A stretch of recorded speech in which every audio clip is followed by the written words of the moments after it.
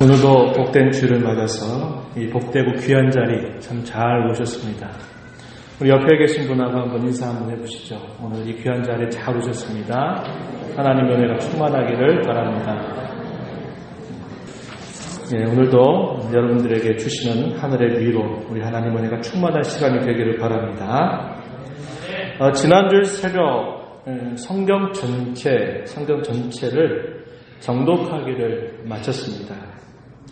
제가 이곳 교회에 부임하고 난 다음부터 계속적으로 새벽 시간에 성경을 한 장씩 정독을 하면서 그 말씀을 쭉 나눠왔는데, 지난 주일 새벽에 에스겔서 마지막 장을 읽으면서 성경 1189장이 되는 그 내용을 3년 3개월 정도에 걸쳐서 쭉 살펴보게 됐습니다. 저 자신에게서는 굉장히 감격스러운 순간이었고, 또 이러한 일들을 마치고 이제 두 번째 성경 읽기를 시작하는데, 이렇게 3년 3개월씩 성경을 앞으로 몇 번을 더 읽을 수 있을까 아무도 알 수 없습니다. 하나님께서 말씀을 우리 앞에 앞서 가실 때 그 말씀을 잘 들으면서 매일매일 우리의 길 앞서 가시는 주님의 은혜를 받고 그 은혜 안에서 건강하게 우리의 신앙을 걸어가게 되기를 진심으로 바랍니다. 두 번째 성경 읽기를 시작하면서 우리는 또다시 창세기의 말씀을 읽고 있습니다. 우리가 읽어가는 창세기 말씀 가운데 6장에서 8장의 내용은 노아의 홍수에 대한 기록입니다. 비교적 자세하게 그 사건이 있게 된 배경이 무엇이었고, 노아의 홍수 사건이 어떻게 진행이 되었고, 그 사건이 어떻게 마치게 되었는가를 소개해 줍니다. 노아의 홍수에 대한 이 기록은 우리가 보는 이 성경에서뿐만이 아니라 아주 오래전에 고대 근동 문서에서도 발견될 만큼 이 홍수 사건은 간단하게 어느 지역에 일어난 사건이 아니라 전 지구적인 사건이었음을 보여줍니다. 예를 들면 길가메시의 서사시라고 하는 것을 보면 노아의 홍수에 대한 비슷한 기록을 남겨줍니다. 그러나 성경만큼 그 내용을 자세하고 정확하게 기록해주는 문서가 없다는 거예요. 그러나 우리가 분명하게 확인하게 되는 것은 이 노아의 홍수 사건은 전 지구적인 사건이었기 때문에 이것을 경험하고 또 이것 이후로 그 사건에 대한 소개를 계속적으로 자자손손 그 이야기를 들으면서 그에 대한 기록들을 남겨주고 있다고 하는 것입니다. 중학교 시절에 제 신앙의 눈을 하나님께서 열어주시게 됐을 때 진화론 문제를 부딪히면서 참으로 많은 시간들을 고민했던 기억이 새롭습니다. 성경은 우리에게 하나님이 창조하셨다고 하는 사실들을 분명하게 말하고 있는데, 매일 학교 가서 배우는 역사 이야기나 또 과학 이야기를 보게 되면 모든 것이 이 진화론의 근거에서 설명되고 있는 것을 볼 때마다 마음이 마치 불이 일어나듯이 견딜 수 없었고, 이 문제를 과연 어떻게 해결해야 될까 하는 고심을 많이 했던 기억이 납니다. 그러면서 우리 한국의 1980년대 그때쯤에부터 소위 기독교대학 설립동역회라고 하는 것이 결성이 되었고, 미국에서 있었던 창조과학회라는 활동이 우리 한국에도 이어지게 되면서 한국 창조과학회가 발족을 하게 되고, 그래서 책을 편찬해내기 시작했습니다. 그래서 그 책들을 읽으면서 내가 믿고 고백하는 이 신앙이 대단히 과학적이고 대단히 합리적이구나 하는 것을 제가 깨닫고 대단히 기뻐했던 기억이 납니다. 오늘날 우리는 이 진화론의 근거에서 과학뿐만 아니라 역사도 이 진화론의 근거에서 가르치고 있고요. 또 심지어는 사람들의 생각, 철학이라든지 사상에 이르기까지 이 진화론이 얼마나 많은 영향을 끼치고 있는지 모릅니다. 그래서 아마 제가 중학 시절에 고민했던 그런 것들처럼 하나님을 신실하게 믿는 우리 청소년들도 역시 이러한 고민을 하게 되리라 생각하는 겁니다. 이 진화론이 미친 영향은 지금도 지대하다라는 것을 알게 되죠. 지질의 시대를 구분하는 일들, 백악기, 쥐라기, 트라이아시기 이런 지질의 시대로 구분하는 거라든지, 인류가 첫 출발할 때 원숭이와 사람 사이에 중간 정도 되는 인류가 출됐다고 하는 이런 일들, 이런 모든 것들이 사실상은 진화론적인 가설들로 세워진 것들인데, 오늘날 우리가 배우는 이 공립학교에서 배우는 이런 내용들은 마치 그 사실들이 증명된 과학적인 사실인 것처럼 버젓이 학문이라고 하는 그런 말로 그게 사실인 것처럼 계속 가르쳐지고 있다고 하는 겁니다. 그러나 성경은 이 부분에 대해서 분명하게 거절하고 있는 것이죠. 성경에 의하면 오늘날 우리가 보는 이 세상은 처음에 창조된 세상과 많이 그 모습이 다르다 볼 수 있습니다. 실제로 우리가 보는 오늘날 세상의 모습은 아담과 하와가 처음 지음받았을 때 봤던 그 시대의 모습이 아니라 노아의 홍수에 의한 대격변을 겪고 새롭게 구성된 모습을 우리는 보게 된 것입니다. 오늘날 우리가 보는 강이라든지 산, 또 협곡과 지층들, 그리고 많이 발견되는 이런 화석들, 이런 것들은 우리 지구에 대격변이 있었다고 하는 것을 보여주는 아주 중요한 증거가 됩니다. 이러한 부분들에 대한 이야기를 오늘 이 시간에 나누고자 하는 것이 아니라 오늘 우리가 주목하고자 하는 것은 이 노아 홍수에 대한 신앙적인 관점 혹은 하나님의 관점입니다. 홍수 사건이 일어나게 된 배경이 무엇이었고 그 결과가 무엇이고 그 안에서 면면이 흐르고 있는 하나님의 언약 그리고 하나님의 은혜, 노아에게 요구하셨던 그 순종의 내용들을 함께 살펴보려고 합니다. 그리고 그것이 오늘 저와 여러분에게 주는 영적인 교훈이 무엇인가를 함께 생각해 보려고 합니다. 먼저 홍수 심판에 대한 이야기를 한번 살펴보도록 합니다. 이러한 심판이 있게 된 배경에 대해서 간단하게 말씀을 드리면 이 세상이 하나님이 의도하신 것과 다르게 죄악으로 가득 찬 세상이 되어버렸다는 것을 성경은 우리에게 보여줍니다. 심지어는 하나님을 섬기는 경건한 신앙의 계보로 이어왔던 이 후손들도 타락하게 된 이 사건이 이 홍수 심판이 있게 된 아주 중요한 원인 혹은 배경이 됨을 성경이 우리에게 가르쳐줍니다. 사람이 부패한 그 모습이 어떻게 나타나는가 하는 것을 우리는 6장의 초반에서 이 내용들을 잘 살펴볼 수 있겠는데, 먼저 우리 사람에 대해서는 이렇게 말합니다. 사람의 의지가 타락했다라고 이렇게 말할 수 있습니다. 무엇인가를 계획하고 무엇인가를 의도하고 무엇인가를 하고자 하는 그 모든 생각들 속에 항상 사람의 부패한 마음이 항상 먼저 작동되고 있다고 하는 겁니다. 창세기 6장 5절 말씀해 보면 이렇게 말씀합니다. 여호와께서 사람의 죄악이 세상에 가득함과 그의 마음으로 생각하는 모든 계획이 항상 악할 뿐임을 보셨다. 이렇게 말합니다. 죄악이 세상에 가득했다. 사람의 마음으로 생각하는 모든 계획이 항상 악할 뿐임을 보셨다. 하나님을 떠난 인생들의 모습은 갈 길을 잃어버린 것과 똑같습니다. 그래서 하나님을 떠남과 동시에 그들에게 찾아오는 것은 모든 일을 계획하고 모든 일을 하고자 하는데 그들의 생각이 항상 죄악으로 기울고 항상 부패한 대로 그들의 마음이 향하고 있다고 하는 겁니다. 여기에는 한 사람의 예외도 없다는 것이 성경이 우리에게 가르쳐주고 있는 부분이에요. 부패가 가득했고 포악함이 가득 찬 세대가 되었음을 또한 말씀합니다. 6장 11절 12절 말씀을 먼저 보면요. 그때 온 땅이 하나님 앞에 부패하여 포악함이 땅에 가득한지라. 하나님이 보신즉 땅이 부패하였으니 이는 땅에서 모든 혈육 있는 자의 행위가 부패함이었더라. 이렇게 말씀합니다. 온 땅이 하나님 앞에 부패했다. 왜 온 땅이 부패했다고 말하느냐? 그 온 땅을 살고 있는 사람들이 부패해서 그 포악함을 가지고 그 땅을 가득 채웠기 때문에 온 땅이 부패했다라고 이렇게 말합니다.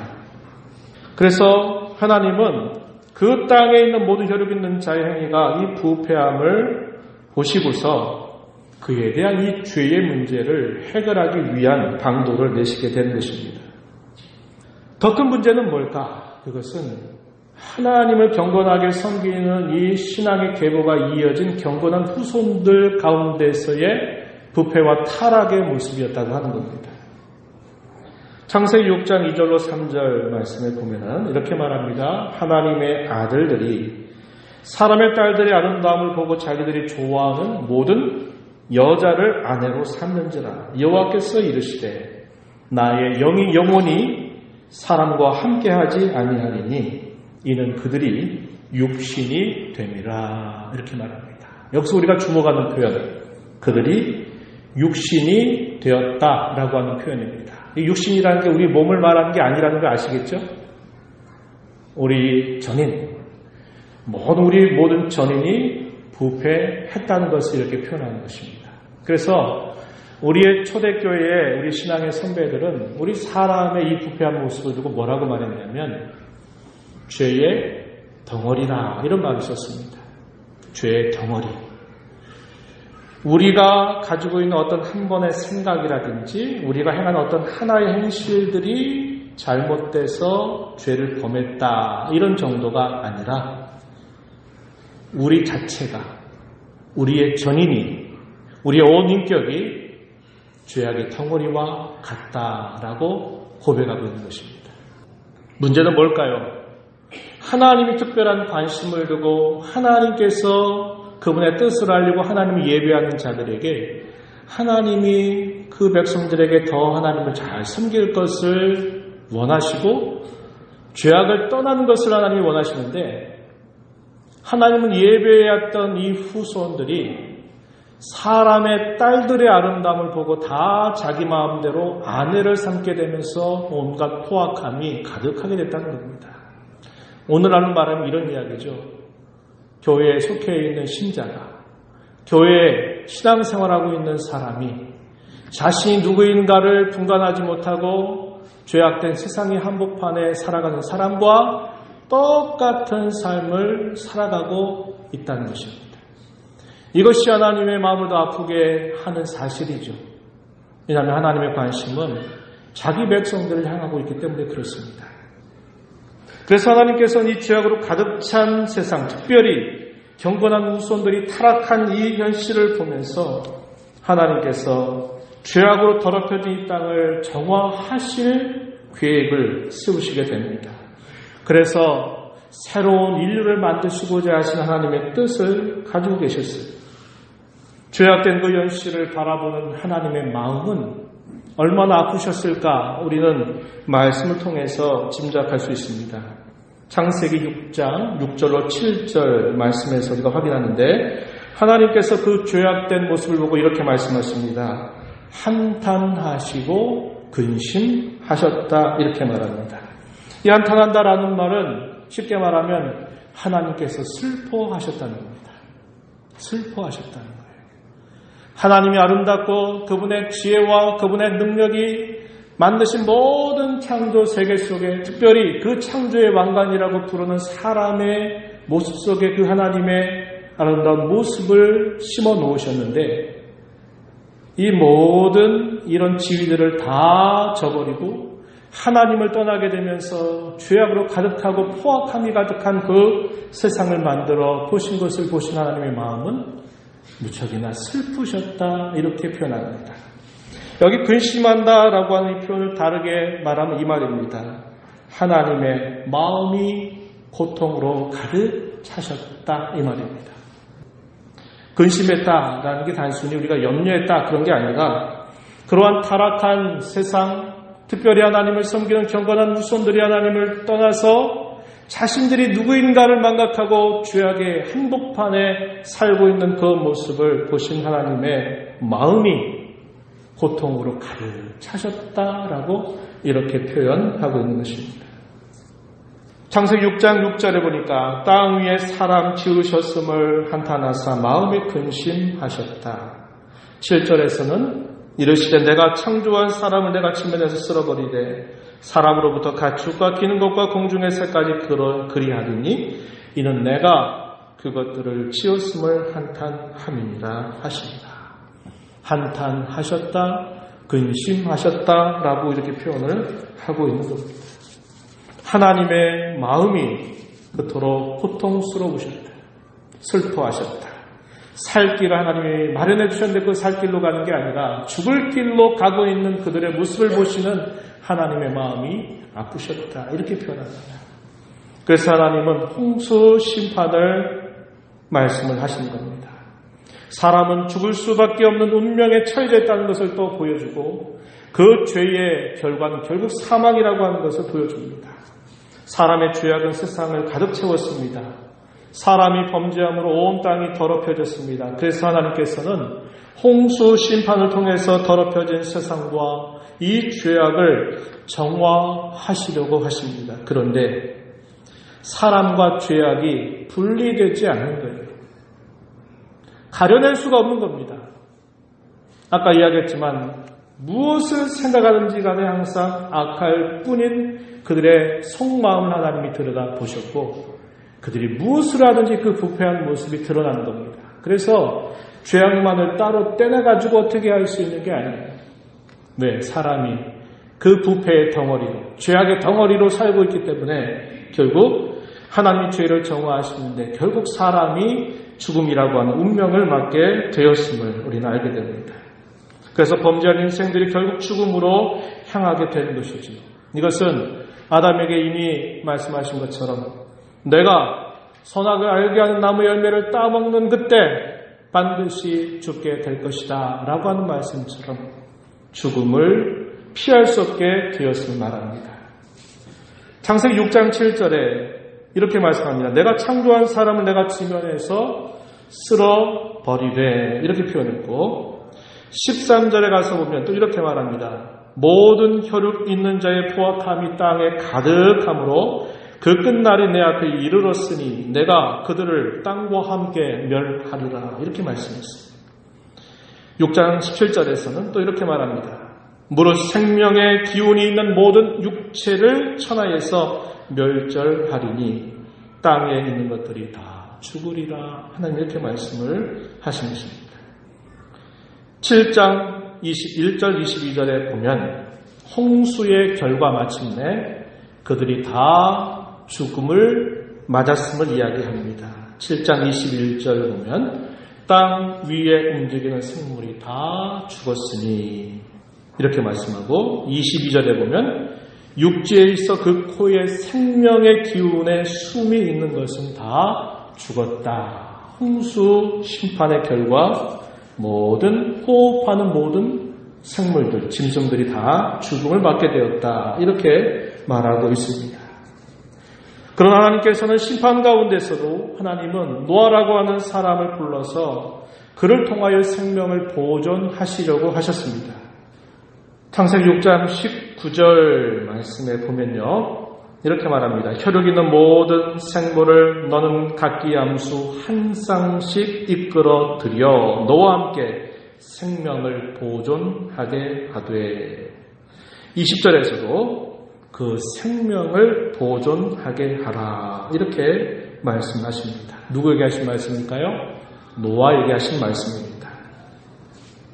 그리고 결과적으로 어떻게 되었을까요? 홍수 심판이 끝나고 난 다음에 어떤 결과가 있었는가를 말해주기를 7장 23절 뒷부분에 이렇게 말합니다.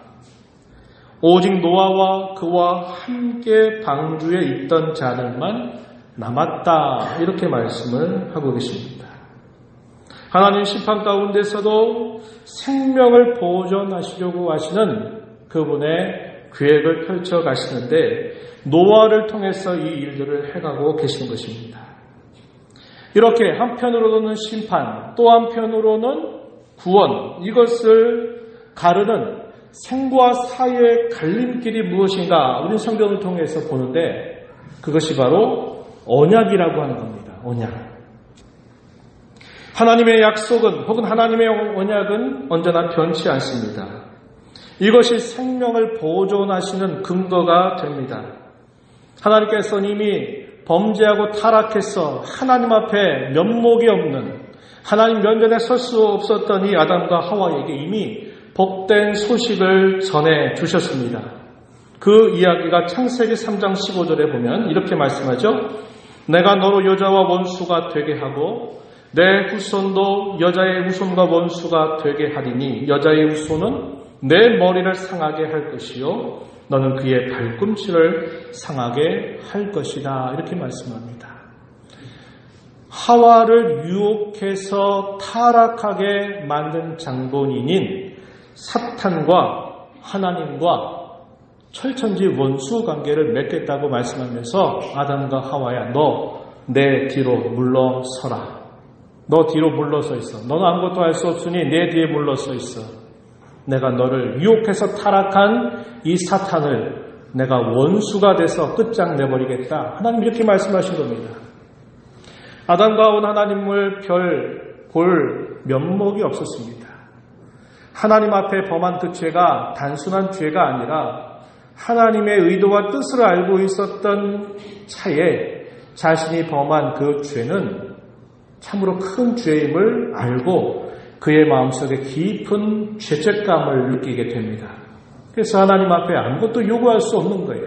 그가 할 수 있는 일이란 자기의 수치를 가리고 하나님의 면전으로부터 멀리 도망쳐서 그분을 뵙지 않는 것, 그것이 그가 할 수 있는 일밖에 없었습니다. 그런데 하나님은 범죄하고 타락한 아담을 불러들이죠. 아담아, 너 어디 있느냐?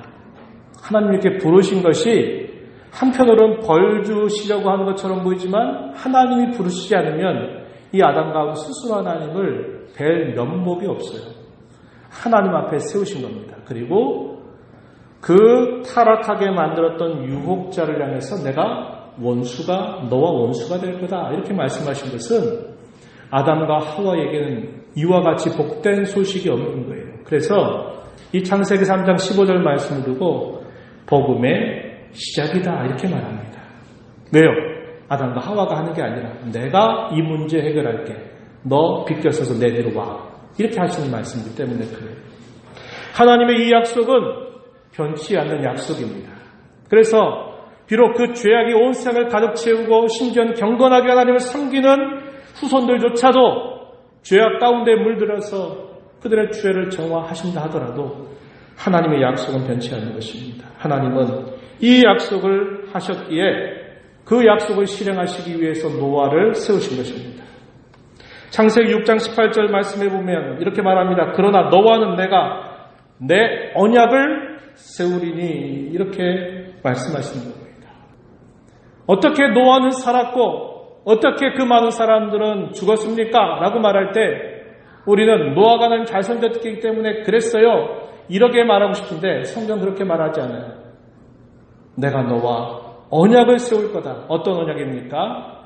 이미 아담과 하와에게 하셨던 그 약속, 그 언약을 하나님이 기억하셔서 그 언약을 내가 너를 통해서 있게 하겠다고 하시는 그 말씀을 주시면서 내가 너의 생명을 보존할 것이라고 이야기하시는 것입니다.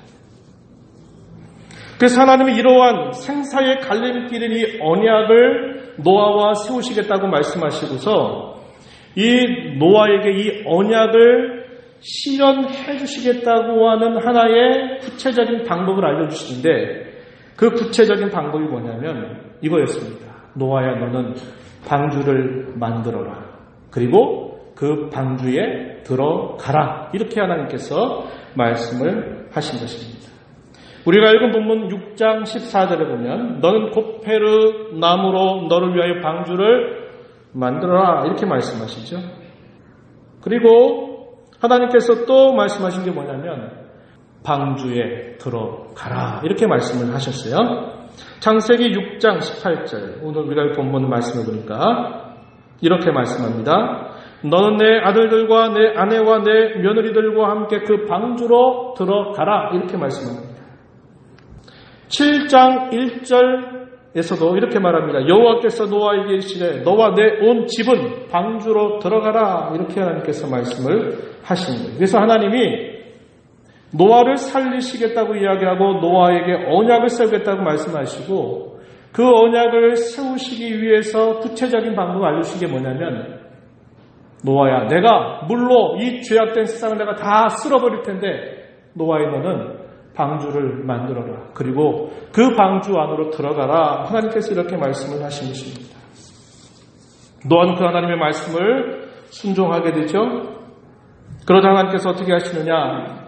방주의 문을 하나님께서 닫으십니다. 그리고 그 방주가 물 위에 떠오르도록 하나님께서 하셔요. 그리고 그 방주의 갈 길을 하나님께서 이끌고 계시라고 하는 것입니다. 노아의 순종이 결코 쉬운 것이 아니었습니다. 한 번 순종하면 끝날 일이 아니었기 때문에 그래요. 축구장보다도 더 큰 그 크기로 나무로 방주를 지으려고 한번 생각해 보세요. 오늘날처럼 기구나 이런 것이 없는 그런 상황들 속에 이걸 지으려고 해보세요. 얼마나 많은 시간들이 필요했겠습니까? 그뿐이겠습니까? 사람들에게 말했을 겁니다. 하나님께서 이렇게 말씀하셨어요.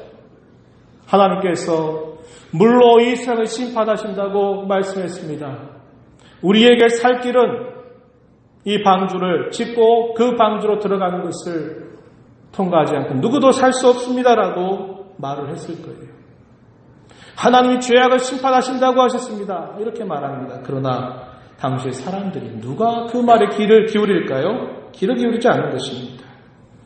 많은 반대에 부딪혔겠고 많은 조롱을 받았겠고 더 나아가서는 그 사람들에게 박해를 당했다는 것을 우리는 충분히 짐작할 수 있습니다. 베드로 사도는 이렇게 말합니다. 베드로전서 3장 20절 말씀에 이렇게 말합니다. 그들은 전에 노아의 날 방주를 준비할 동안 하나님이 오래 참고 기다리실 때에 복종하지 아니하던 자들이다. 이렇게 말합니다. 노아가 방주를 준비하는 시간은 참으로 오랜 시간이 필요했습니다. 하나님은 그만큼 오래 참고 기다리셨습니다. 그리고 그들로 순종하고 돌아오기를 원하셨습니다. 그런데 복종하지 아니하였다. 이렇게 말하고 있는 겁니다. 그래서 결국 그 방주를 통해서 구원함을 받은 사람은 노아와 아내 그리고 세 자녀와 세 며느리들 8명밖에 되지 않았다고 이렇게 가르쳐 주고 있는 것입니다. 이러한 그의 순종을 두고 히브리서는 이렇게 말하죠. 그의 순종은 의의 상속자가 되게 했다라고 이렇게 평가하고 있습니다. 히브리서 11장 7절입니다. 이렇게 노아가 순종하게 됐을 때 하나님은 마침내 그 방주의 문을 하나님께서 닫으시게 됩니다. 7장 16절로부터 18절 말씀에 보면 이렇게 말합니다. 여호와께서 그를 들여보내고 문을 닫으십니다. 17절, 7장 17절에서는 물이 많아져 방주가 땅에서 떠올랐고 이렇게 말합니다. 18절에서는 방주가 물 위에 떠 다녔다 이렇게 말씀을 하십니다. 노아의 순종을 통해서 방주를 짓고 방주 안에 들어갔을 때 이제 하실 일은 하나님께서 하실 일입니다. 문을 닫아 주셨고요. 물이 온 지면을 다 덮었을 때 그 물의 수위와 함께 이 방주가 떠오르게 하신 거고요. 이 방주에는 조타장치가 없었습니다. 그래서 하나님이 그 방주로 하여금 이끌어 가시는 일들을 하나님이 담당하시게 되었다는 것을 말해주고 있습니다. 이러한 일들을 통해서 결국 노아와 그의 가족들은 심판으로부터 건짐을 받았고 이 홍수 사건이 끝나고 난 다음에 하나님이 약속하신 대로 이 노아와 그의 후손들과 언약을 다시 세우는 일들이 이제 이어지는 말씀에 보게 되면 나타난다고 하는 것입니다. 오늘 우리는 이 말씀을 보면서 이렇게 적용해 볼 수 있습니다. 방주는 오늘날의 교회 혹은 성도를 상징하는 것으로 우리가 볼 수 있다고 하는 겁니다.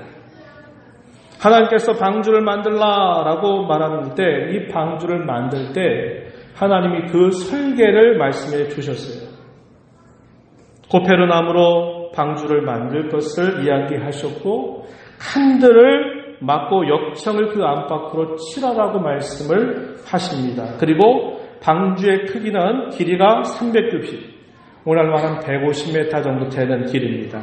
이 너비는 50규빗, 약 25m 정도, 그리고 높이는 30규빗, 약 15m 정도 되는 높이로 해서 3개의 층으로 이것을 만들라고 이야기를 하신 것입니다. 방주를 만드는 것은 보여주신 설계를 따라 만들어야 한다는 것이죠. 방주 오늘날의 교회를 상징한다면 하나님의 교회는 하나님께서 말씀하심을 따라 그 교회는 세워지게 된다는 것을 보여줍니다. 교회를 세운다는 얘기는 늘 우리가 생각했듯이 이 예배당을 짓는 걸 교회 세운다고 말하는 게 아니라 우리들, 성도인 저와 여러분을 하나님께서 교회로 세우신다는 것을 항상 생각해야 한다는 겁니다. 그것은 하나님께서 우리에게 보여주신 설계와 그분의 말씀에 따라서 세워지는 것임을 우리에게 가르쳐 주는 것이죠. 저와 여러분을 이 땅에 사는 동안 교회로 우리를 부르셔서 교회를 세워가시는 것도 하나님께서 우리에게 보여주신 그분의 설계를 따라서 우리는 세워지게 됨을 우리는 배우게 되는 것이고, 또한 뭐라고 말씀했습니까? 방주를 다 만들고 난 다음에 방주에 들어가라고 이렇게 말씀하시죠. 이것은 교회에 속하라고 하는 말입니다. 교회에 거하라고 말하는 것이죠. 세상 가운데 살아가지만 교회로서 살아가야 될 것을 우리에게 교훈해 줍니다. 물이 온 지면을 다 덮었을 때 그 방주가 물 위로 떠오르게 되는 것이죠. 그것은 아무리 물이 창궐하고 물이 많아도 그 방주는 그 물 위를 떠다녀야만 된다는 것을 우리에게 가르쳐 주고 있는 것입니다. 우리가 아까 읽었던 말씀처럼 18절에 6장 18절에 보니까 너는 내 아들들과 내 아내와 내 며느리들과 함께 그 방주로 들어가라, 이런 말씀을 하신 것입니다. 이런 방주를 통해서 우리가 교회로서 거하고 교회로서 살아가는 그 일들은 우리가 이 내용을 통해서 몇 가지 생각해 보게 되는데, 아까 말씀드린 것처럼 이 방주는 조타장치가 없었습니다. 그리고 동력장치가 없었어요. 그것은 하나님께 온전히 달려있다는 것을 보여줍니다. 하나님을 의존한다. 하나님께서 인도해 가신다라는 것을 우리에게 보여주어서 우리가 이 땅에 교회로 살아간다고 할 때, 교회에 속한다고 할 때 우리는 하나님을 언제나 의지하면서 살아야 될 것을 가르쳐주고요. 하나님의 인도를 우리는 온전히 신뢰하는 자로 살아가야 될 것을 우리에게 가르쳐줍니다. 이 방주가 물에 뜨고 물이 새지 말아야만 그 창궐한 물 가운데서도 떠 있을 수 있는 것이죠. 그것은 뭘 말할까요? 구별된 삶을 우리에게 교훈하고 있다고 하는 것입니다. 이렇게 구별된 삶을 살기 위해서 필요한 것이 뭐냐? 하나님께서 방주를 지을 때, 얘 노아야, 너는 아페르 나무를 가지고 방주를 만들되 그 방주의 안과 밖을 역청으로 잘 칠해야 된다, 이런 말씀을 하시죠. 그렇지 않으면 그 방주에 물이 스며들어서 결국 그 방주가 결국 침몰하게 되는 일이 생겨나게 된 것입니다. 하나님께서 그의 백성들에게 물 가운데 떠 있을 것을 말씀하는 거죠. 구별된 삶을 살 때 반드시 필요한 것은 안팎으로 역청을 잘 치려야 되는데, 그것은 우리의 경건한 삶이 어떠해야 될까를 가르쳐 준다고 하는 것입니다. 구체적인 예를 들어볼까요? 그게 뭘까요? 하나님의 말씀, 그리고 하나님께 드리는 기도와 그 말씀에 순종하는 삶, 우리의 이러한 경건한 삶이 잘 갖추어지면 우리가 세상 가운데 살면서도 구별된 성도로 혹은 교회로 살아갈 수 있게 됨을 우리는 배울 수 있다고 하는 것입니다. 방주에 머물러 있어야만 살 수 있었듯이 우리는 이 땅에 사는 동안 우리의 육신의 장막을 다 벗게 될 때까지 우리는 주의 몸된 교회에 속한 자로 살아야 된다라고 하는 것입니다. 교회는 어머니로 비유하는 거죠. 어린아이가 그 어머니의 품을 떠나게 되면 그 갓난아기나 어린아이는 살 수가 없는 것이죠. 마치 그와 같이 우리 성도들은 주의 몸된 교회에 함께 항상 속해야 되는 것입니다. 내가 어떤 일이 있고 어떤 시련이 있고 어떤 아픔과 괴로움과 어려움이 있어도 내가 교회를 등지거나 교회를 멀리 해서는 살아갈 수 없다는 것을 우리는 이걸 통해서 교훈받게 되는 것입니다. 이 말씀을 우리가 보면서 우리 남편들은 하나님의 변치 않는 언약을 감사하는 자가 되어야 할 것입니다. 또 한편 하나님 우리를 돌보실 것이고 우리의 인생을 인도하실 것을 우리는 신뢰하는 자로 살아가야 할 것입니다.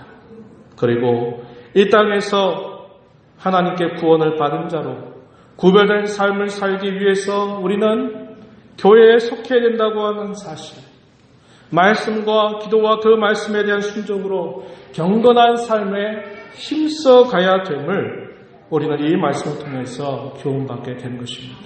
저와 여러분, 이러한 말씀을 우리 마음에 간직하면서 방주를 지어라, 방주에 들어가라 하신 그 하나님의 말씀을 우리 마음에 새긴 자로 주의 참된 교회로 살아가게 되기를 축복합니다. 하나님 아버지 감사합니다. 노아의 홍수 사건을 보면서 하나님께서 생과 사의 갈림길에 언약을 두시고 그 언약을 구체적으로 실현하시는 방법으로 노아에게 방주를 만들어라, 방주에 들어가라고 하나님께서 말씀하십니다. 그 말씀을 오늘 저희에게 주시는 영적인 교훈으로 삼아서 이 땅에 주의 교회로 부름받아 살게 된 것을 언제나 감사하고 주의 교회 안에 속한 자로 살며 언제나 경건한 삶에 힘써가는 저희들의 삶이 되게 해 주옵소서. 예수님 이름으로 기도하옵나이다. 아멘.